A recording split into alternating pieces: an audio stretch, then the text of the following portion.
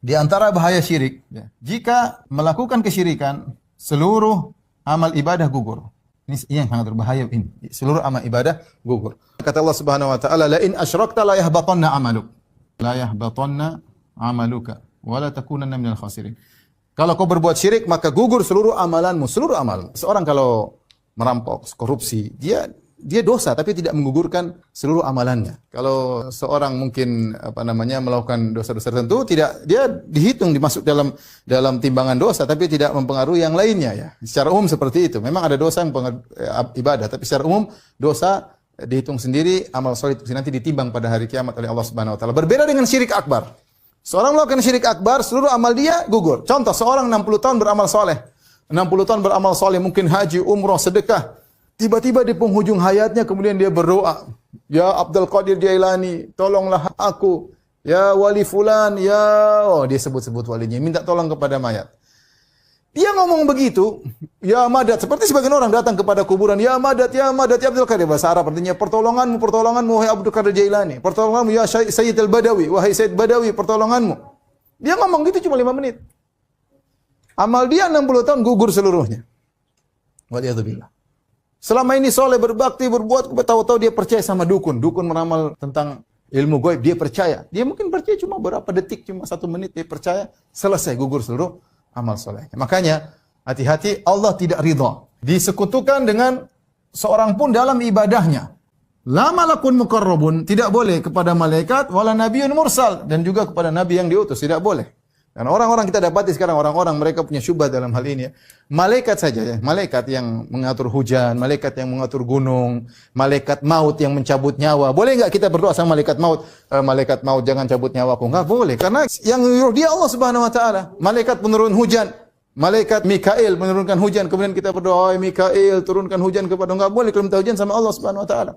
Itu malaikat yang benar-benar mengatur dengan izin Allah. Saya ulangi. Malaikat yang benar-benar mengatur dengan izin Allah, tidak boleh kita minta kepada malaikat tersebut. Apalagi dengan orang-orang dalam kuburan yang enggak bisa apa-apa. Kemudian kita minta sama penghuni kubur tersebut yang tidak bisa apa-apa. Lantas sebagian orang-orang sufi mereka mengatakan seperti dalam kitab Jawahirul Ma'ani. Dia mengatakan Abdul Qadir Jailani seorang ulama ya, tapi orang-orang mengkultuskannya berlebihan. Kata mereka dalam kitab Jawahirul Ma'ani, Abdul Qadir Jailani diberikan kun oleh Allah. Jadi kalau dia bilang kun fayakun. Dia bilang, ini mana dalilnya? Abdul Qadir Jailani dikasih kun fayakun sama Allah. Jangankan Abdul Qadir Jailani rahimahullah. Nabi Muhammad SAW tidak pernah dikasih kun sama Allah Subhanahu wa taala. Nabi terluka dalam perang Uhud, terluka ini darah, gigi beliau patah sampai beliau mengatakan, bagaimana beruntung suatu kaum yang melukai nabinya. Nabi marah. Kalau Nabi dikasih kun, mampuslah kalian pasukan kaum musyrikin, jadilah kalian semut ya, kun fayakun. Nabi sih tidak dikasih kun. Sekarang mereka bikin cerita, Abdul Qadir Jailani dikasih kun fayakun oleh Allah sehingga mereka minta kepada Abdul Qadir Jailani. Syirik. Kalau seorang misalnya di tengah lautan kemudian berombak menerpanya, kemudian tiba-tiba di tengah ombak yang besar dia mengatakan, "Ya Abdul Qadir Jailani aghithni, ya Abdul Qadir tolonglah aku." Ini syirik akbar.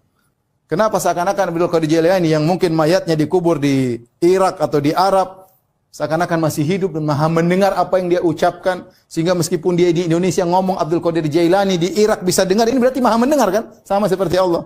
Dan dia bisa mengatur pantai, bisa mengatur ombak ya. Ini syirik.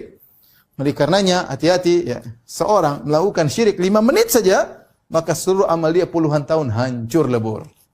Hancur lebur. Maka lihat, kita bersyukur kepada Allah. Lihat miliaran orang syirik minta kepada Nabi Isa. Nabi Isa manusia.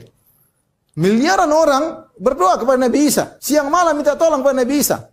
Dia seorang nabi. Abdun wa rasuluh. Abdullah wa rasuluh. Hamba Allah dan Rasulnya. Diciptakan oleh Allah Subhanahu wa ta'ala.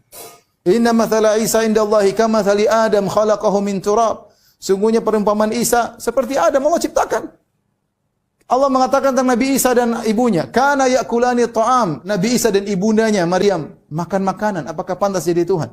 Intinya Allah tidak ridha siapapun disekutukan dengan Allah Subhanahu wa taala. La malakun muqarrab, tidak malaikat, wala nabiyyun mursal, tidak juga nabi. Kalau malaikat dan nabi saja tidak boleh kita sekutukan, apalagi cuma wali-wali Allah Subhanahu wa taala, apalagi mayat-mayat. Terkadang mayat enggak jelas ya.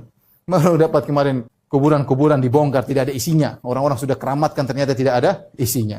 Bahkan saya pernah dapat cerita dari seorang kawan, dia bilang tiba-tiba ada kuburan. Ustadz yang cerita di suatu daerah di Jawa Barat, Tiba-tiba ada kuburan. Kuburan tersebut naik sendiri. Kemudian turun sendiri. Di pagar tapi. Naik sendiri, turun sendiri. Orang-orang datang ke situ menangis, lemparkan duit. Ternyata kuburan tersebut nggak ada isinya. Ya, naik turun ternyata ada orang yang mompa dari jauh. Naik turun ada orang yang mompa dari jauh. Subhanallah.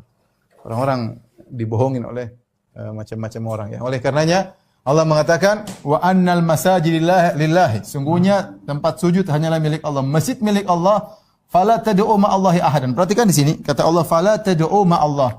Janganlah kalian itu artinya bersama, ya. Janganlah kalian berdoa bersama Allah, berdoa juga kepada selain Allah. Jadi namanya musyrik itu adalah beribadah kepada Allah dan kepada selain Allah. Perhatikan ya. Syirik itu hakikat syirik menyekutukan. Berarti apa? Berarti beribadah kepada Allah dan selain Allah. Jadi bukanlah orang musyrik orang yang tidak beribadah kepada Allah. Saya ulangi. Jangan dibayangkan namanya orang musyrik itu tidak beribadah kepada Allah. Orang musyrik itu secara bahasa justru orang yang beribadah kepada Allah dan juga kepada selain Allah. Itu baru namanya musyrik. Kenapa? Karena dia telah melakukan syarikat. Syarikat kan syarikat barang-barang. Dia telah mensekutukan selain Allah dengan Allah. Berarti dia beribadah kepada Allah dan beribadah kepada selain Allah. Makanya dalam lafaz ini Allah mengatakan fala tad'u ma'a. Ma'a itu artinya bersama. Saya ulangi. Ma'a ini artinya bersama. Itu janganlah kalian berdoa bersama Allah dengan selain Allah. Artinya kalian berdoa kepada Allah saja. Jangan sudah berdoa kepada Allah, bersamaan itu kalian beribadah juga kepada selain Allah. Itulah syirik, ya. Ini dalilnya dalam surat Al-Jin ayat 18, sungguhnya masjid-masjid hanya milik Allah.